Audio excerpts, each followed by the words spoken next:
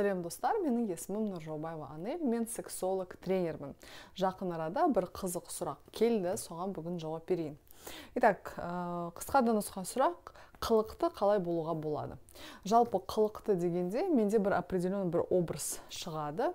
Бірақ былай түрлі пікірлерді оқып, мен нені түсіндім, әркімнің қылықты деген сөзге өзінің бір көрсеткіші, өзінің бір образы бар екен. Яғни бір нақты жауап жоқ. Әркім үшін қылықты әртүрлі нәрсені білдіреді. Да?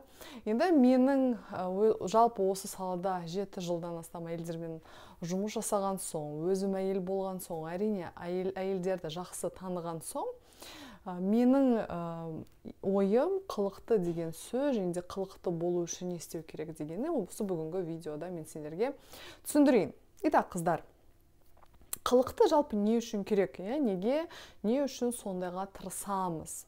Қылықты әйел, қылықты қыз дегенде көбісінде сразу андай бір жағымды, да, осындай бірдеме образы шығады енді. Енді қылықты дегенде менің жалпы маған не келеді? Ол қылықты әйел, бұл жеңіл әйел, жеңіл, энергетикасы жеңіл, өзін күшті сезінетін әйел.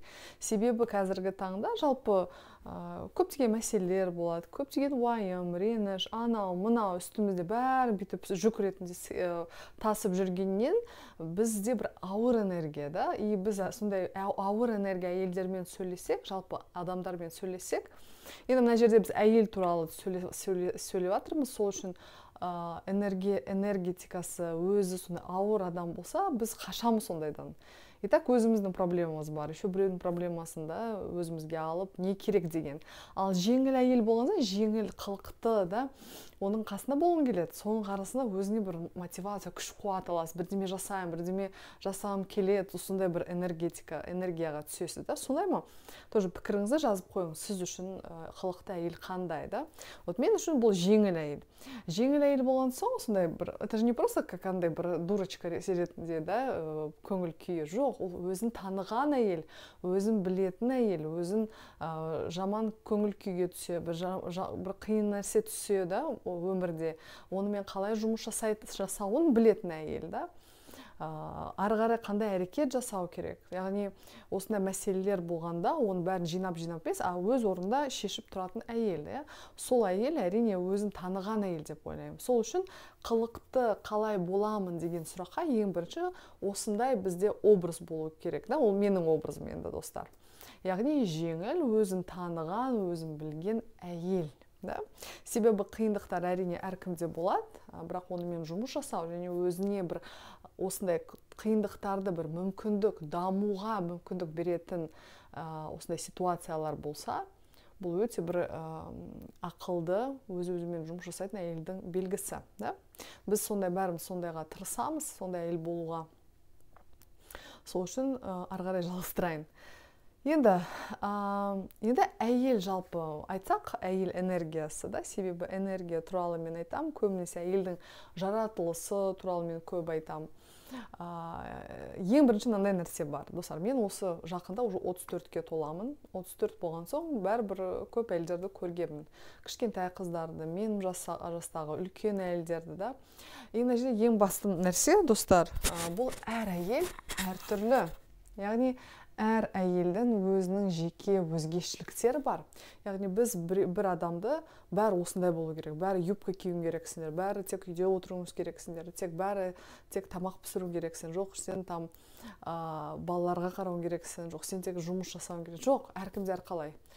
Біз оны көреміз, да, бір әйелдер политикада күшті, бір әйелдер медицинада күшті, біреулер тренерлікте жақсы, мен мысалы блогерлікте жақсымын, да, сондай сияқты, сексология тарапынан, бір әйелдер прям күшті аналар, да, сондай да болады. То есть әртүрлі, достар. Сол үшін бізде арнайы не істеуің керексің, қандай болуың керексің деген менде лично ондай ұғым жоқ, да, себебі әркімнің өзінің жеке. Біреулер күшті спортивный киім жақсы көреді, біреулер тек көйлекті жақсы көреді. Бұл қылықтының белгісі емес, да, соның мына жерде маған вообще, ол соның белгісі емес. Бір әйел спортивный киім өзін күшті сезінеді, бір әйел көйлекті киеді, біреу каблук киеді, біреу кроссовка киеді. то есть қылықты соның белгісі емес, жарай ма қыздар? Қылықты бұл бәрібір ішкі, сіз киетін киіміңіз сізді ашатын киім, да? Мен мысалы қазір мынандай спортивкамен отыр, мен өзімді әрине қылықты сезінемін, да? И там көйлекте кием тоже, да? Біреуге ол ұнамайды. Мысалы, там үлкенді шпилькамен кие алмаймын, да? Хотя көбісі ойлайды, там каблук это прям қылықты жоқ, да? Ботинки, да, мен ботинки кисем, мен өзімді қылықты сезінемін. Сондай сияқты. То есть әркімнің қаншалықты не жақсы көреді, қандай стиль, қандай киім, қандай жұмыспен айналысады, қандай хобби бар, бұл барлығы қылықты әйел, да? Яғни өзін таныған әйел, өзін біледі, не жақсы көретінін, өзін нақты хоббилі жұмысын, өз мінезін, да? Барлығын соған байланысты сіз өзіңіз ерекше жансыз, да? Өте маңызды нәрсе. Яғни сол өзгешелігіңіз бұл сіздің қылығыңыз. Мына жер өте маңызды. Енді не істеу керек? Оның барлығын мен түсіндірдім. Енді оны не істеу керек? Ең бірінші, қыздар, хобби. Сізге ұнайтын іспен айналысыңыз. Сізге ұнайтын жұмыс болсын. Сізге ұнайтын жұмыс ақша әкелетін болсын. Яғни сіздің күніңіз постоянно бір қызығушылықпен, ынтамен, дамимын, жасаймын, қызық, то есть көзіңіз жанып, да, осындай тырысыңыз соған, көп мән беріңіз. Яғни өзіңіз жақсы көретін, біреуінікі емес, яғни сіз жақсы көретін. Екінші, бұл спортпен шұғылдаңыз міндетті түрде, себебі спортпен шұғылдамасаңыз, бұл барлығы застой, қатып қалған дене, ешқандай қылықты болмайды. Керісінше, белім ауырады, ана ауырады деп, мынау ауырады деп жүресіз. Ал спортпен шұғылданып, әрқашанда формада жүрсеңіз, энергия да көп болады, әрине өзіңізді жеңіл сезінесіз. Жарай ма? Спорт дегенде түрлісін қараңыз, не сізге ұнайды, бұл би болуы мүмкін, тренажерный зал болуы мүмкін, там жүзу, әркімге әрқалай, өзіңіз таңдайсыз. Күтіну, әрине өзіңізді күтінесіз, да, бұл да әйелдік энергиясын, өзіңіз күшті сезінуге көмектеседі. Кішігірім бірдеме жасасаңыз да күшті. Ең соңғысы, бірақ та ең басы, әрине бұл психологиялық білім, қыздар.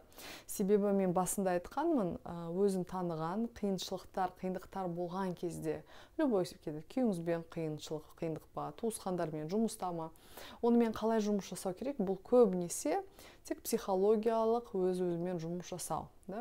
Өзі психология тарапына өзін тану, адамдарды тану, барлығы сізге көмектеседі шешуге. Және осылай жалпы осы комплекстік түрде қылықты болуға болады.